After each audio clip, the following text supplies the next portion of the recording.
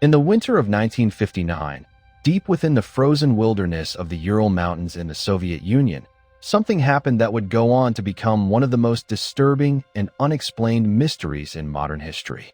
It is known today as the Dyatlov Pass Incident, a case that continues to baffle investigators, scientists, and conspiracy theorists even after more than 6 decades. At that time, a group of 10 young hikers from the Ural Polytechnic Institute set out on what was supposed to be an adventurous skiing expedition across the northern Ural Mountains. These were not inexperienced travelers. They were trained, physically fit, and familiar with harsh winter survival conditions. The group was led by Igor Dyatlov, a determined and skilled student leader who had carefully planned the entire journey. Alongside him were 9 other members, including Zinaida Kolmogorova, Yuri Doroshenko, Lyudmila Dubinina, Rustam Slobodin, Nikolai Thibault-Brignol, Alexander Kolevatov, Yuri Krivonischenko, and Semyon Zolotaryov. Their mission was simple in theory, but extremely challenging in practice. They intended to cover a long route across the icy mountain terrain, documenting their journey and gaining experience in extreme survival conditions. The expedition began in late January 1959, during a time when temperatures in the region could drop below -30 degrees Celsius, turning the entire landscape into a deadly frozen desert. For several days, everything seemed normal. The group moved through the mountains, setting up camps and sending occasional updates. However, on the 1st of February 1959, they made their final known camp on the slopes of a mountain that would later be renamed Dyatlov Pass. After that night, all communication with the group suddenly stopped. When the hikers failed to return by their expected date in mid-February, concern quickly grew. A massive search and rescue operation was launched by Soviet authorities. What they would eventually discover would turn a routine missing persons case into a lifelong mystery. After several days of searching, rescuers found the group's abandoned tent on the mountain slope. What they saw immediately raised alarm. The tent was partially buried in snow, but what was most disturbing was that it had been cut open from the inside.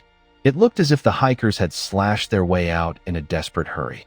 Even more confusing, many of their essential belongings, including shoes and warm clothing, were still inside the tent. This suggested that whatever caused them to leave, it was sudden and terrifying enough that they chose to escape into freezing temperatures without proper gear. From the tent, investigators followed a trail of footprints leading down toward a nearby forest. There, the first 2 bodies were discovered near the remains of a small fire. They were Yuri Doroshenko and Yuri Krivonischenko. Both were found in minimal clothing, showing signs that they had attempted to survive the freezing night by lighting a fire, likely to warm themselves. However, the extreme cold had proven too powerful. Further down the path, 3 more bodies were discovered: Igor Dyatlov, the group leader, Zinaida Kolmogorova, and Rustam Slobodin. Their positions suggested they were trying to return to the campsite. Slobodin's skull showed signs of a fracture, adding another layer of confusion to the case. The search continued for weeks until the remaining 4 hikers were found much later, deep in a ravine covered by thick snow. These final discoveries were the most disturbing of all. The bodies of Lyudmila Dubinina, Semyon Zolotaryov, Nikolai Thibault-Brignol, and Alexander Kolevatov showed severe internal injuries, including broken ribs and major trauma, yet there were no external wounds that could clearly explain such damage.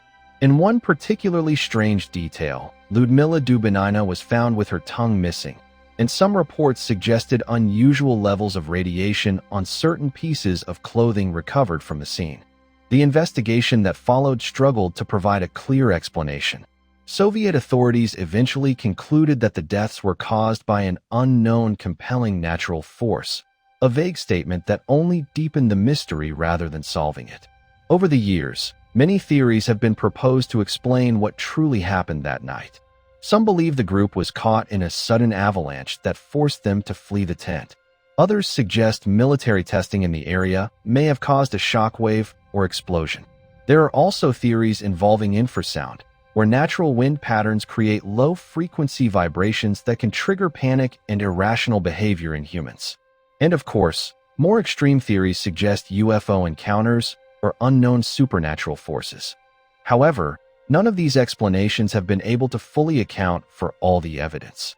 The cut tent, the scattered bodies, the internal injuries without external trauma, and the strange behavior of the group continue to raise questions that science has not definitively answered. Even today, the Dyatlov Pass incident remains officially unsolved in terms of exact cause, standing as one of the most chilling and controversial mysteries of the 20th century.